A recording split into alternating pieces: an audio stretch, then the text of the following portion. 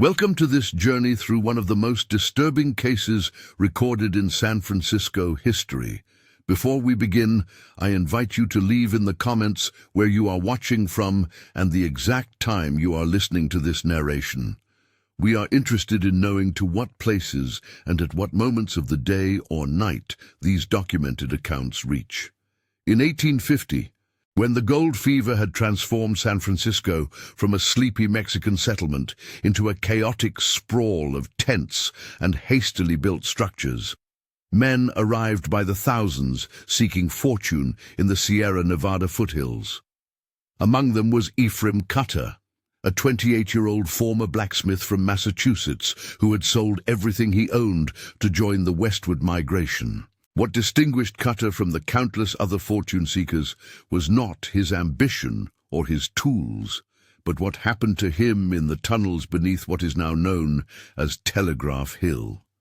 The official records from the San Francisco mining district, filed in the autumn of 1850, list Ephraim Cutter as missing and presumed dead after a tunnel collapse on September 23rd. What the records do not mention, and what would not surface until nearly a century later, was that no tunnel had collapsed that day. The earth remained undisturbed, the support beams intact, and yet Ephraim Cutter had simply vanished into the darkness beneath the city that was still learning to call itself by name. According to ship manifests preserved in the California Historical Society, Cutter had arrived aboard the merchant vessel Clarissa on March 15, 1850, carrying little more than mining equipment and a leather-bound journal that would later become the central piece of evidence in understanding what truly happened in those tunnels. The journal, discovered in 1962 during excavation work for a subway line that was never completed, contained entries that painted a picture of a man slowly descending into something far more dangerous than madness. Cutter had initially worked the surface claims like most newcomers, panning in the streams that fed into the bay and digging shallow pits in the hillsides surrounding the growing settlement. His early journal entries, written in a careful hand that spoke of education and discipline, described the brutal routine of dawn to dusk labor, the constant ache in his back and shoulders, and the slowly diminishing hope of striking anything more valuable than flakes of gold dust that barely paid for his daily bread and shelter in one of the canvas hotels that lined the muddy streets. By late June, Cutter had joined a group of 5 other miners who had decided to pursue underground operations. The group included Jonas Whitmore, a former ship carpenter from Maine, Heinrich Müller, a German immigrant who had worked in the copper mines of Bavaria, Thomas Beckwith, a lawyer from New York who had abandoned his practice for the promise of easy wealth, and 2 brothers, Samuel and David Morse, whose previous occupations were never clearly established in any surviving documentation. The men had pooled their resources to purchase a claim on the northeastern slope of Telegraph Hill, where previous surface mining had revealed promising quartz veins that seemed to extend deep into the hillside. Using techniques that Muller had learned in Europe, they began excavating a horizontal shaft that followed the mineral deposits into the hill. The work was backbreaking and dangerous, requiring them to shore up the tunnel with timber as they advanced, but the quality of the ore they extracted in those first weeks suggested that their investment would eventually pay dividends far beyond what any of them had dared to hope. Cutter's journal entries from this period reveal a man energized by the prospect of genuine success.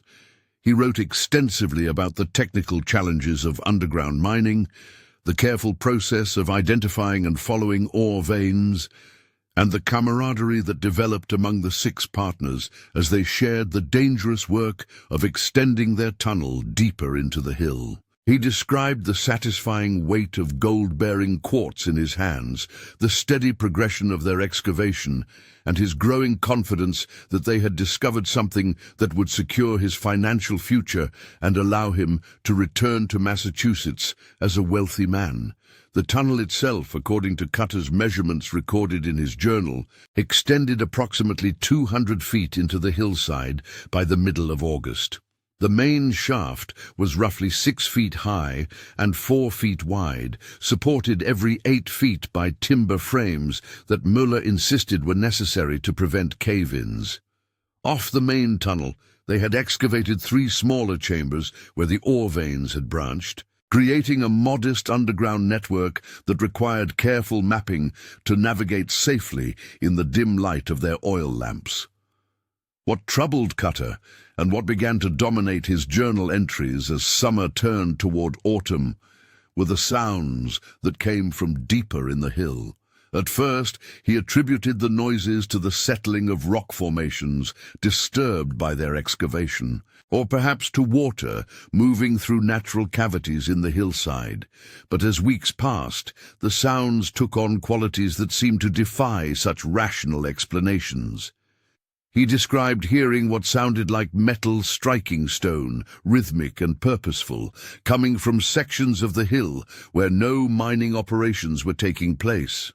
When Cutter raised these concerns with his partners, their reactions varied in ways that he found increasingly troubling. Muller dismissed the sounds as echoes of their own work, distorted by the acoustics of the tunnels. Whitmore suggested that other mining operations in the area might be closer than they realized, and that sounds could travel through rock in unexpected ways. Beckwith, who had initially been the most enthusiastic about their venture, began to seem nervous and distracted, often volunteering to work the surface operations rather than venture underground. The Morse brothers responded to Cutter's concerns with what he described in his journal as a strange and knowing silence. When pressed for their opinions about the mysterious sounds, they would exchange glances and change the subject, or make vague comments about the hill having its own ways that miners needed to learn to respect. Their behavior troubled Cutter enough that he began to suspect they knew something about their claim that they had not shared with the other partners. By early September, the sounds from deeper in the hill had become impossible to ignore or explain away. Cutter's journal entries from this period described noises that seemed to come from a vast underground space that should not have existed, given what they knew about the geology of Telegraph Hill. He wrote about hearing what sounded like conversations, too distant and distorted to make out individual words, and the occasional sound of laughter that echoed through their tunnels in ways that made him question his own sanity. More disturbing still were the times when the sounds seemed to respond to their presence. When the miners would stop work to listen, the mysterious noises would also cease, as if something deep in the hill was listening back. When they resumed their excavation, the sounds would begin again, sometimes seeming to mimic the rhythm of their own picks and shovels. Cutter wrote that the effect was as if the hill itself was mocking our efforts, showing us that we were not the first to dig here, and that others had been here long before us. The partnership began to fracture under the strain of these unexplained phenomena. Beckwith announced in mid-September that he was withdrawing from the operation and returning to New York, selling his share to the Morse brothers for a fraction of what it should have been worth based on the gold they had already extracted. Muller, despite his initial dismissal of the strange sounds, became increasingly reluctant to work alone in the deeper sections of the tunnel, insisting that at least 2 men be present whenever anyone ventured more than 100 feet from the entrance. Whitmore developed a habit of marking time by counting aloud while he worked, explaining to Cutter that the counting helped him keep track of how long he had been underground and when it was time to return to the surface. But Cutter noticed that Whitmore's counting often became frantic and hurried, and that he would sometimes lose count entirely and emerge from the tunnel in a state of confusion, unable to account for periods of time that seemed to have passed without his awareness. The Morse brothers, meanwhile, had begun to display an intimate knowledge of the tunnel system that disturbed Cutter greatly. They seemed to navigate the underground passages with confidence, even in areas where they had not previously worked, and they occasionally referenced sections of the tunnel network that Cutter could not locate when he attempted to explore them himself. When questioned about their familiarity with parts of the mine that should have been unknown to all of them, the brothers would claim that they had been conducting their own survey work during their off hours, mapping the tunnels to ensure everyone's safety. On September 20th, 3 days before his disappearance, Cutter made an entry in his journal that would prove to be his most significant and disturbing observation. While working alone in one of the side chambers, he had noticed that the rock face showed signs of previous excavation that predated their own work by what appeared to be many years. Tool marks in the stone were weathered and partially obscured by mineral deposits that would have taken decades to accumulate, and the techniques used seemed to be different from any mining methods he had observed in California. More troubling still, Cutter found what appeared to be carved symbols in the rock face, hidden behind a section of quartz that they had been preparing to extract. The symbols were crude but deliberate, consisting of intersecting lines and circles that seemed to form some kind of pattern or message. When Cutter brought his partners to examine the markings, the Morse brothers immediately insisted that the symbols were natural formations in the rock, erosion patterns that only resembled intentional carving. Muller and Whitmore seemed genuinely puzzled by the markings, but agreed with the Morse brothers that they were probably geological curiosities rather than human artifacts. Cutter's final journal entry, dated September 22nd, revealed that he had begun to suspect that the Morse brothers knew far more about the history of their claim than they had disclosed. He wrote that he had observed the brothers engaging in quiet conversations that ceased whenever he or the other partners approached, and that they had begun to display an increasingly proprietary attitude towards certain sections of the tunnel network. Most disturbing of all, he had overheard Samuel Morse speaking to someone in the deepest part of the tunnel during a time when Cutter knew that all the other partners were working near the surface. The events of September 23rd began normally, according to the testimony that Muller and Whitmore later provided to the mining district authorities. The 6 partners had descended into the tunnel at dawn, planning to spend the day expanding one of the side chambers where they had identified a particularly promising vein of ore. Cutter had volunteered to work alone in the deepest section of the tunnel, mapping the extent of the ore deposit and determining the best approach for further excavation. By Muller's account, Cutter had been working approximately 250 feet from the tunnel entrance, in a chamber that required him to crawl through a narrow passage to reach the working area. The plan was for Cutter to spend the morning surveying and marking, while the other partners worked on improving the access route to make it easier to transport ore from the deeper sections of the mine. Around midday, when Cutter failed to respond to calls from his partners, Muller and Whitmore ventured into the deep section to check on his progress.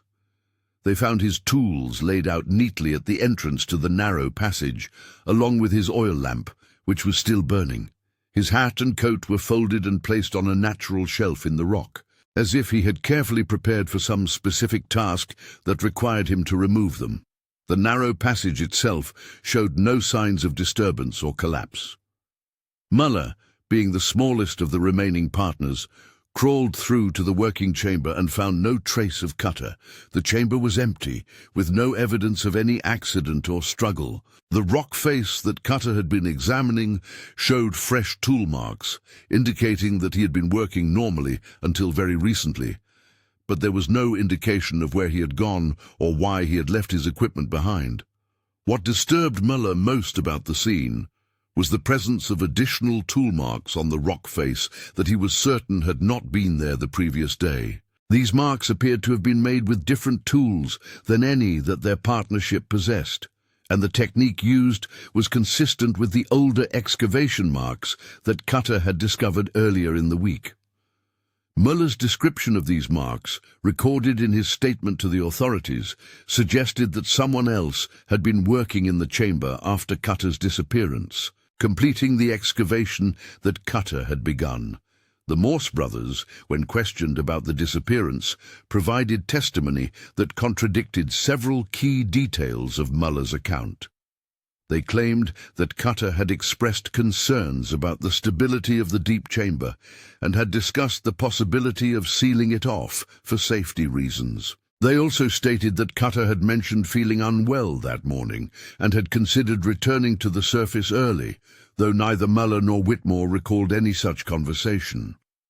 More significantly, the Morse brothers insisted that the additional tool marks that Mueller had observed were actually old markings that had become more visible after Cutter's work had removed a layer of mineral deposits. They provided detailed explanations for the appearance of the chamber that demonstrated a level of familiarity with its condition that Muller found impossible to reconcile with their supposed limited time working in that section of the tunnel. The official investigation into Cutter's disappearance was brief and inconclusive. The mining district authorities, overwhelmed by the numerous accidents and disputes that plagued the rapidly expanding operations around San Francisco, conducted a perfunctory examination of the tunnel and interviewed the surviving partners. With no evidence of foul play and no body to examine, they concluded that Cutter had likely become disoriented in the tunnel and had wandered into an unexplored section where he had been trapped by a localized collapse or had fallen into a natural cavity.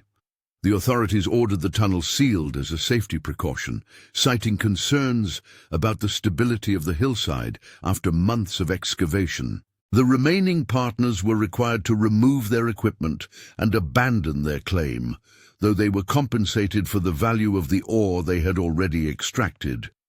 Within 2 weeks of Cutter's disappearance, the entrance to the tunnel had been filled with rock and debris, and the claim was marked as permanently closed in the district records. What the official investigation failed to uncover, and what would not become apparent until the tunnel was accidentally reopened more than a century later, was that Cutter's disappearance was not an isolated incident. Research conducted by California State University historians in 1963 revealed that Telegraph Hill had been the site of at least 6 similar disappearances between 1849 and 1852, all involving miners working underground claims in the same general area.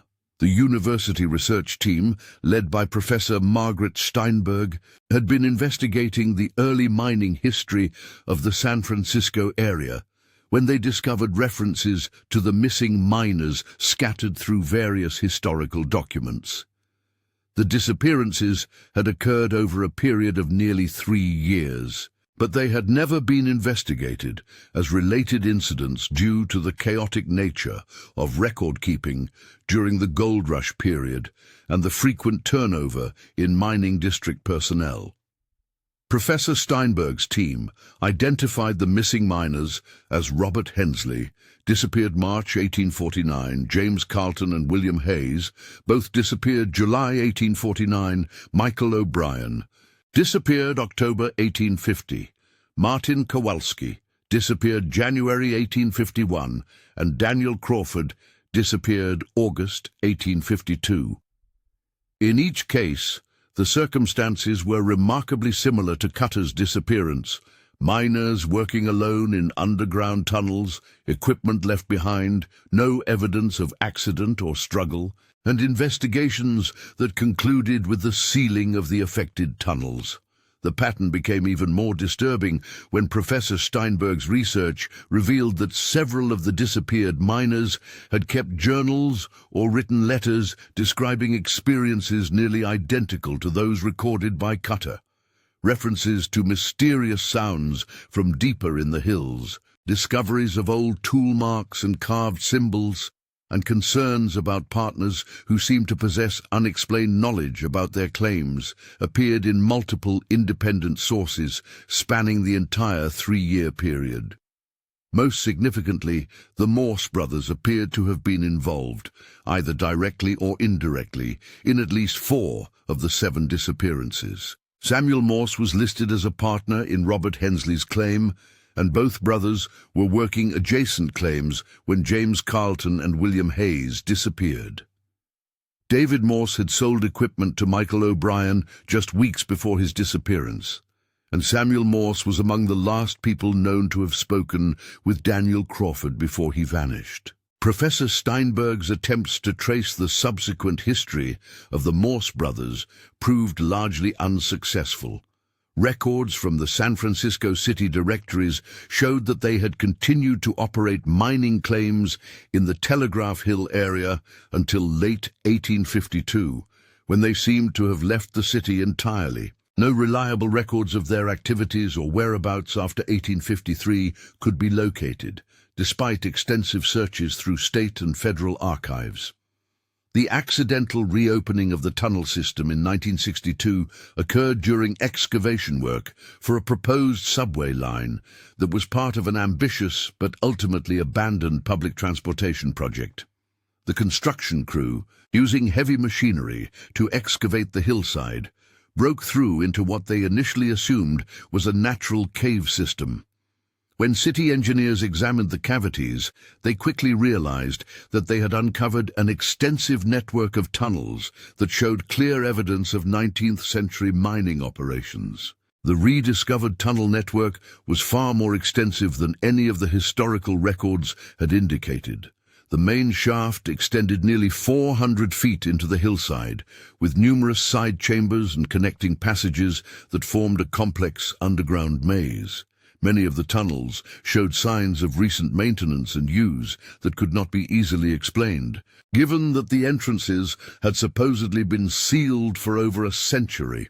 In the deepest chamber of the tunnel network, the construction crew made discoveries that prompted the city to halt the subway project and bring in a team of archaeologists and historians to examine the site. The chamber contained mining equipment that appeared to be from the 1850s, including tools that matched descriptions from historical accounts of the disappeared miners.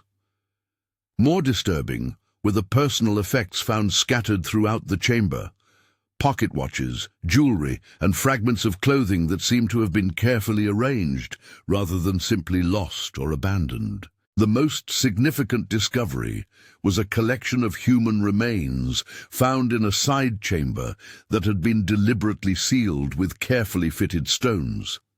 The remains belonged to multiple individuals and showed evidence of having been interred over an extended period of time, suggesting that the chamber had been used as a burial site for many years. Forensic examination of the remains was limited by their age and condition, but several of the bodies showed signs of traumatic injury that were not consistent with mining accidents.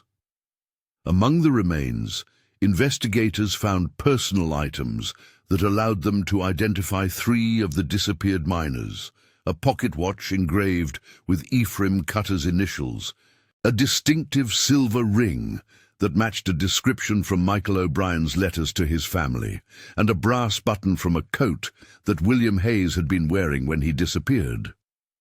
The discovery confirmed that at least some of the missing miners had not simply wandered away or been killed in accidents, but had been deliberately buried in the underground chamber. The investigation into the tunnel discoveries was complicated by the political climate of the early 1960s and the city's desire to avoid publicity that might discourage tourism or investment in the area. The archaeological team was given limited time and resources to examine the site, and their final report was never made public. According to leaked portions of the report that surfaced decades later, the investigators concluded that the tunnel network had been used for purposes beyond simple gold mining, but they were unable to determine exactly what those purposes might have been. The evidence suggested that the tunnels had been deliberately expanded and modified over many years, with some sections showing construction techniques that were more sophisticated than typical mining operations of the period. The careful arrangement of personal effects and the deliberate burial of remains indicated that the site had been used for ritualistic purposes, though the nature of those rituals remained unclear. Most troubling of all The investigators found evidence that the tunnels had been actively maintained and used as recently as the 1950s, nearly a century after they had supposedly been abandoned. The final decision regarding the tunnel site was made by city officials, who determined that the public interest would be best served by permanently sealing the underground network and proceeding with development of the area for other purposes. The tunnels were filled with concrete, and the hillside was graded and planted with vegetation to eliminate any visible trace of the underground chambers. The archaeological report was classified, and the construction crew members were required to sign agreements, preventing them from discussing their discoveries. Professor Steinberg's research team was denied further access to the site and was discouraged from pursuing additional investigation into the disappearances. The university administration, citing concerns about the team's safety and the potential for negative publicity, reassigned Professor Steinberg to other research projects and archived her preliminary findings with restricted access. The professor's attempts to continue her research independently were hampered by the destruction of many of the historical documents that had been her primary sources, though it was never clear whether their destruction was deliberate or simply the result of poor archival practices. The few individuals who attempted to investigate the Telegraph Hill disappearances in subsequent years encountered similar obstacles. Local historians found that relevant documents had been misfiled or lost, newspapers had been damaged or destroyed, and potential sources of information had been scattered or had died without passing on their knowledge. The pattern of suppression was subtle but consistent, suggesting a coordinated effort to ensure that the true story of the disappearances would never be fully understood. In 1968, during the renovation of an old boarding house that had served miners during the 1850s, workers discovered a hidden compartment containing letters and documents that had belonged to Heinrich Müller. Among these papers was a detailed account of the events surrounding Cutter's disappearance that contradicted many elements of the official record.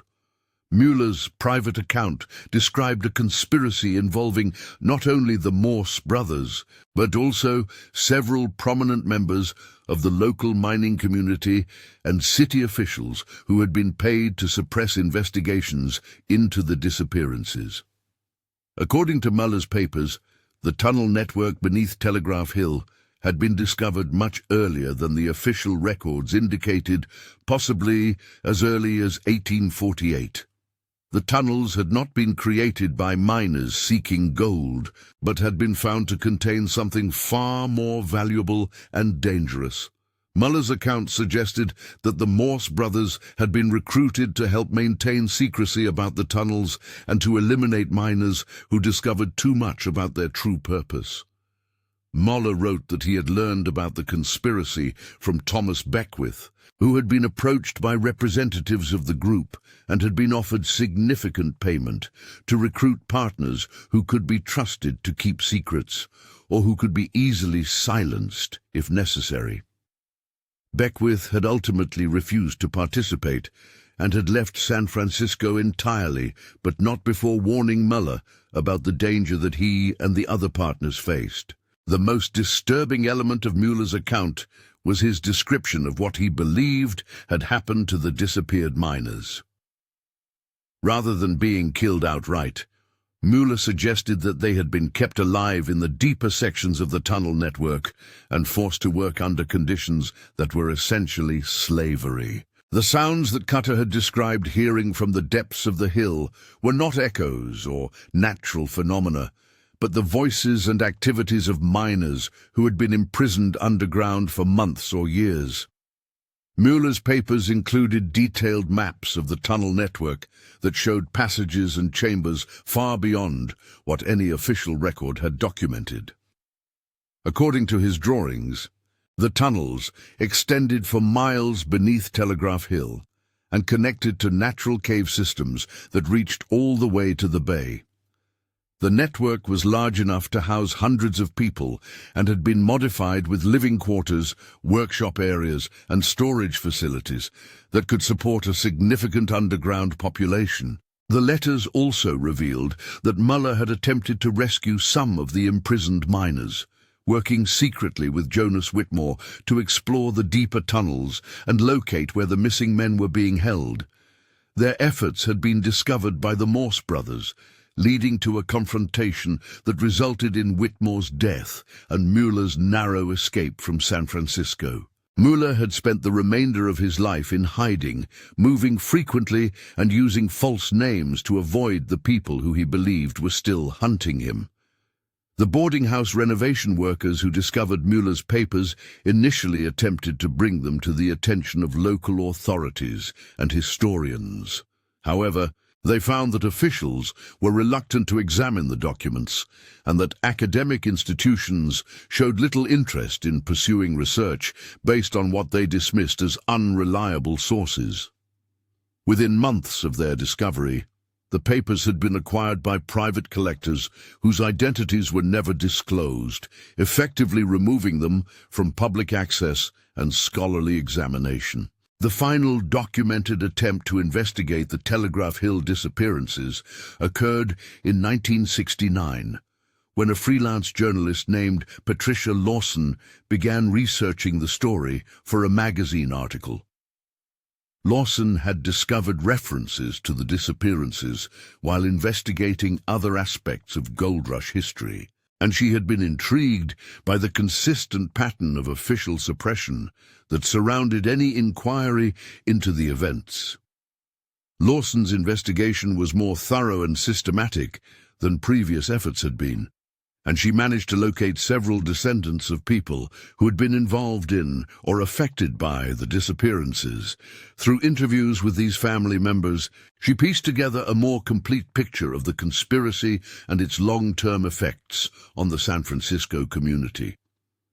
Her research confirmed many elements of Muller's account and provided additional evidence that the disappearances had been part of a larger pattern of exploitation and violence that had shaped the early development of the city. However, Lawson's investigation was cut short when she disappeared while conducting research in the Telegraph Hill area. Her car was found abandoned near the base of the hill, with her notes and research materials missing.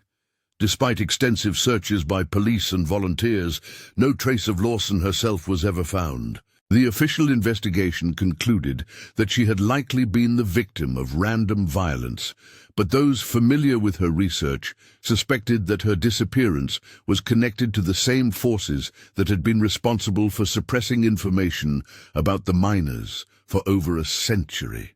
The area where the tunnel network had been located was eventually developed into a small park, with walking paths and benches that provided visitors with scenic views of the San Francisco Bay.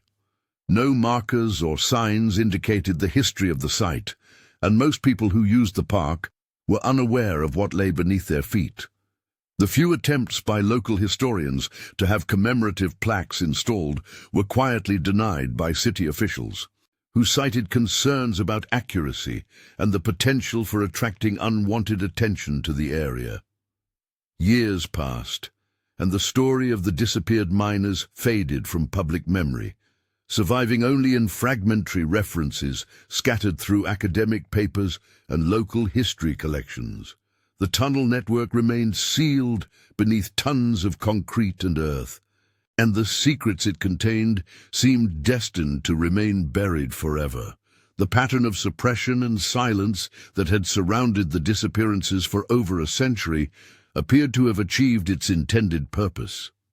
Yet even today, there are those who remember the story and who continue to search for answers. Descendants of the disappeared miners occasionally contact local historians or journalists, seeking information about ancestors who vanished without explanation during the gold rush years. Their inquiries are met with the same pattern of misdirection and suppression that has characterized official responses to the Telegraph Hill disappearances for more than a century and 70 years. The hills around San Francisco continue to be excavated for new construction projects, and workers occasionally report finding fragments of old mining equipment or personal items that seem to date from the 1850s. These discoveries are typically dismissed as isolated artifacts with no particular historical significance, and they rarely receive the kind of systematic investigation that might reveal connections to the broader pattern of disappearances. The few researchers who have attempted to catalogue and study such finds have encountered the same institutional resistance that thwarted earlier investigations, and sometimes, on quiet nights when the fog rolls in from the bay and settles over Telegraph Hill, residents of the area report hearing sounds that echo up from deep beneath the ground. Sounds that might be the settling of old timbers in abandoned tunnels or the movement of water through natural cavities in the hillside. But those who listen carefully and who know the history of the place sometimes hear something else entirely. The distant sound of metal striking stone, rhythmic and purposeful, as if somewhere in the darkness below the work continues still. And sometimes on quiet nights when the fog rolls in from the bay and settles over Telegraph Hill, residents of the area report hearing sounds that echo up from deep beneath the ground, sounds that might be the settling of old timbers in abandoned tunnels, or the movement of water through natural cavities in the hillside. But those who listen carefully and who know the history of the place sometimes hear something else entirely. The distant sound of metal striking stone, rhythmic and purposeful, as if somewhere in the darkness below the work continues still. In 2008, during routine maintenance of the Telegraph Hill Park's drainage system, city workers discovered that several areas of the hillside had developed small sinkholes, suggesting ongoing subsidence in the underground spaces below. Geological surveys were conducted to assess the stability of the area, but the results of these surveys were never made public.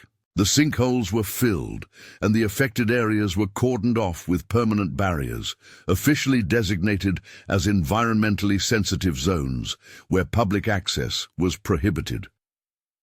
The most recent attempt to investigate the Ephraim Cutter disappearance occurred just 3 years ago, when digital humanities researchers at the University of California began using advanced search algorithms to identify patterns in historical documents that had previously been overlooked.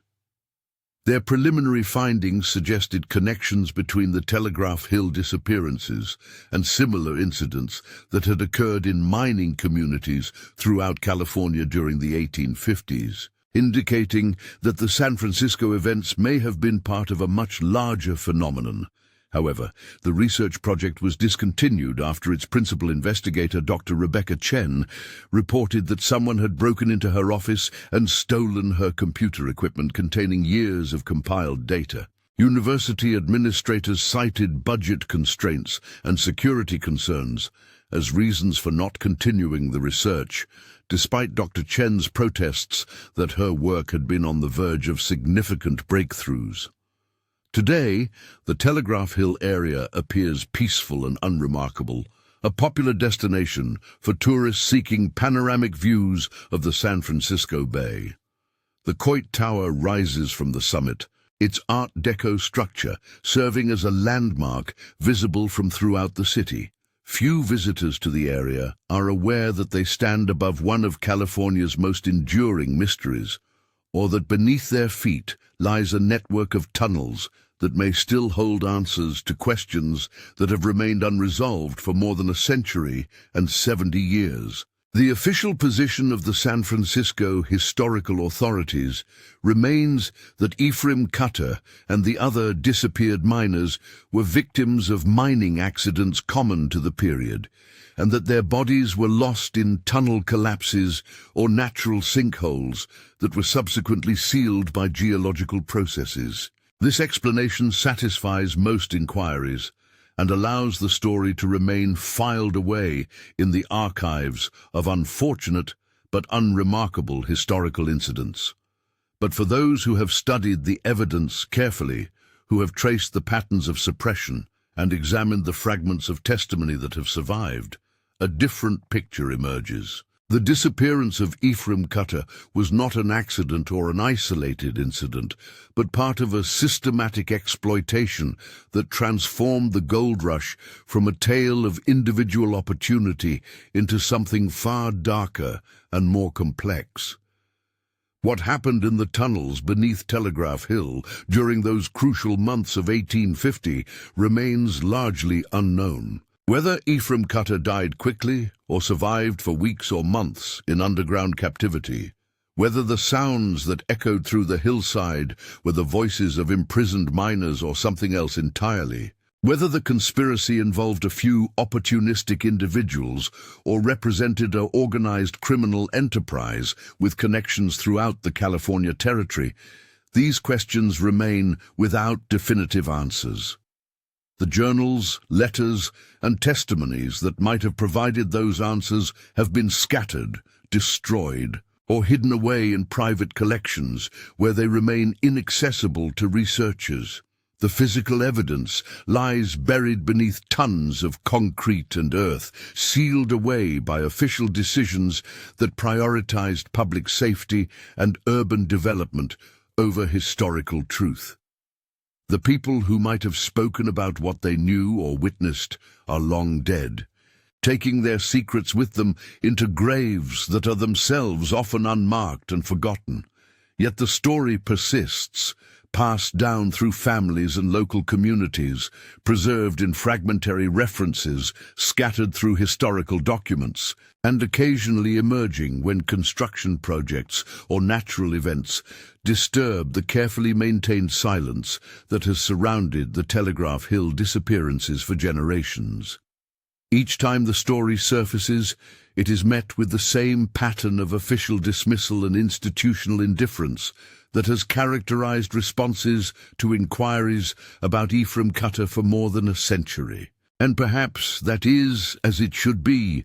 Perhaps some stories are too dark and too complex for full understanding, and perhaps the truth about what happened beneath Telegraph Hill is something that San Francisco has collectively decided it does not want to know.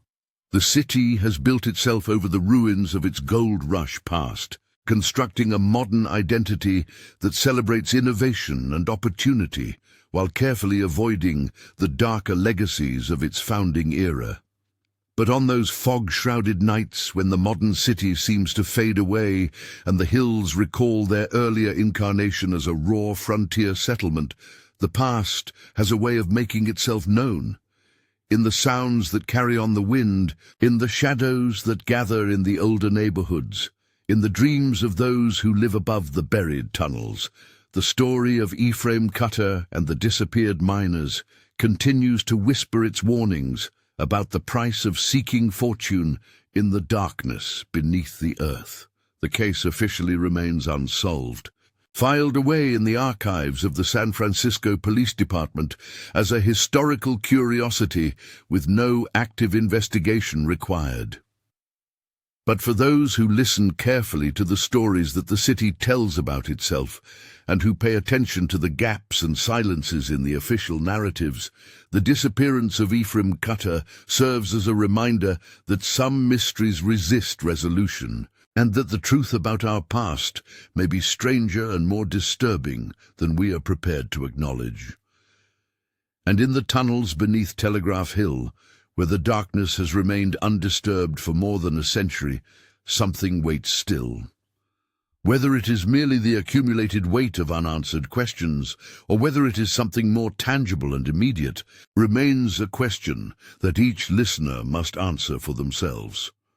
What is certain is that the story of Ephraim Cutter and the disappeared miners of 1850 has become part of the landscape of San Francisco itself, a shadow that lies beneath the bright surface of the modern city, reminding us that some stories never truly end. They simply wait in the darkness for someone to remember them again.